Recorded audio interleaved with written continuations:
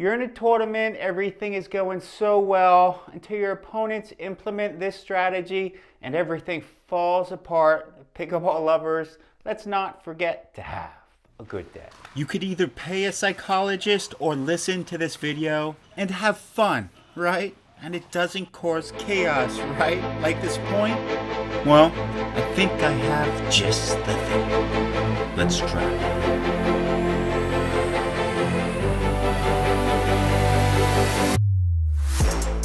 If you're in a dinking battle and your opponents throw up a lob disguised as a dink, first communicate with your partner. Once this is known, make sure that lob is not going out, correct? Stay back. Everything was going so good. Now they threw up a lob. What's a proper lob coverage? Take note how the young lady on the left does not run back because I want the partner with the head of steam taking it. Notice as she hits, she does not call switch. The partner does not switch. However, I would like to see a little more poaching, right? Because you have to help your partner out as she works her way back to the kitchen. Beautiful. So let's pretend our partner says we have the lob. What's the first thing we're going to do? We're going to make sure that lob's not going out. Then we're going to see if we can take an overhead on it, right? If we can't, we're going to turn and run a little to get that head of steam. We don't want to take all those baby steps because we can fall pretty easily. Exhibit A, clear one. Last week I'm playing with BK. And he had the head of steam, right? It was my fault. But we won the point. It doesn't matter. No, it does matter. That's the point of this video. So I did turn. I didn't take a ton of little steps, right? But BK had the head of steam. I should have listened to his guidance, stayed at the kitchen, and everything would have been okay. But it was okay anyway. We won the point. It doesn't matter. Once we get to that lob, we run so much, and the first instinct is to hit that line drive. That's a wrong play. For the most part. Would you still love me if my name wasn't Superman? That's what this is about, right? Looking good in front of a crowd instead of playing pickleball, playing the percentages, and doing the right thing. First of all, look how good Heather disguises this lob. She plays senior pro, and look at the chaos it causes the other team. First of all, they didn't communicate, right? That both running back. Second of all, they go for a line drive type shot instead of doing an arcing shot to give them time to get back in the point so you don't look bad and don't lose this point like this. That's not the higher percentage play. I do hit that line drive sometimes, but I want to be a star. The higher percentage play is to really drop it, right? Basically like a third shot drop to get back in the kitchen. If we're really out of position, we can hit another lob. I most likely would tell my partner to get back unless that lob was really, really good.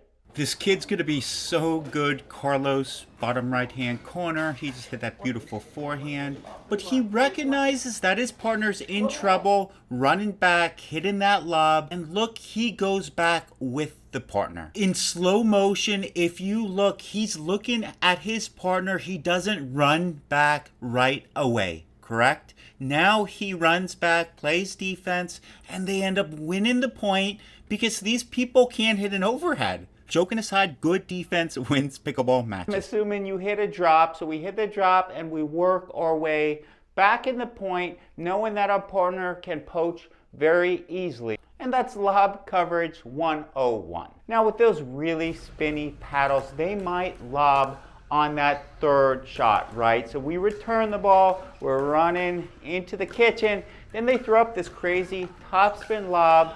How do we defend that? The third shot lob is coming, and you're going to see it more and more with these new spinny paddles, and it works, right? Look at that ball hit. It blows up. The key to hit this shot is to really brush up super severely, have a looser wrist, and get a lot of torque in the upward movement. Because of this, when the ball hits, it really blows up. It goes forward like a topspin hit in tennis, right?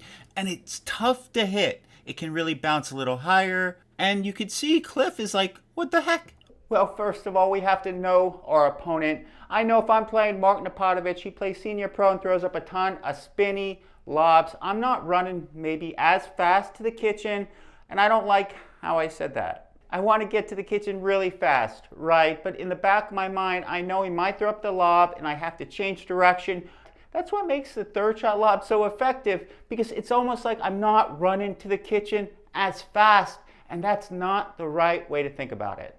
This is an amazing angle of showing what a third shot lob does when it bounces, right? So we want to try to hit it out of the air. Once it bounces, we're in severe trouble.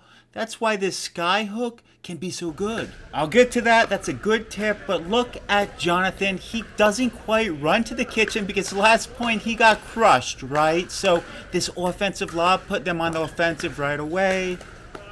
I have these crazy thuds, and when I'm crazy thudding to the kitchen, it's tougher to change direction. So think about it. We still want to get to the kitchen extremely fast. However, we're a little lighter on our feet. So instead of thudding to the kitchen, I'm dancing to the kitchen, being a little lighter on my feet so I can shift quickly to change direction to cover that lob. You can learn a lot from this point, but it's highly entertaining. So let's sit back and just enjoy.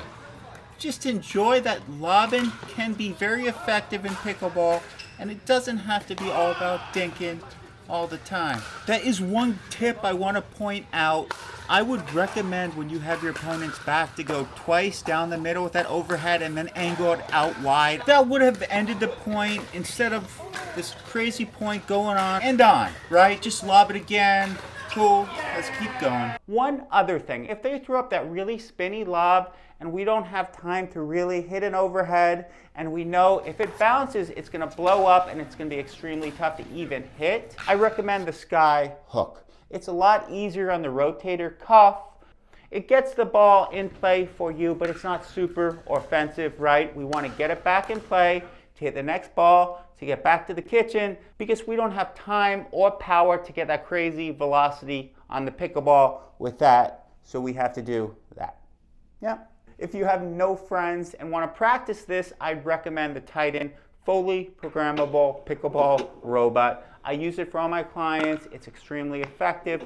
App-based, 12 fully programmable drills. Why is lobbing good in tournaments? Exhibit A. Exhibit A is coming, right? Exhibit B, why lobbing is good in tournaments. It's coming, I assure you, and it's going to help you later in life. Yes.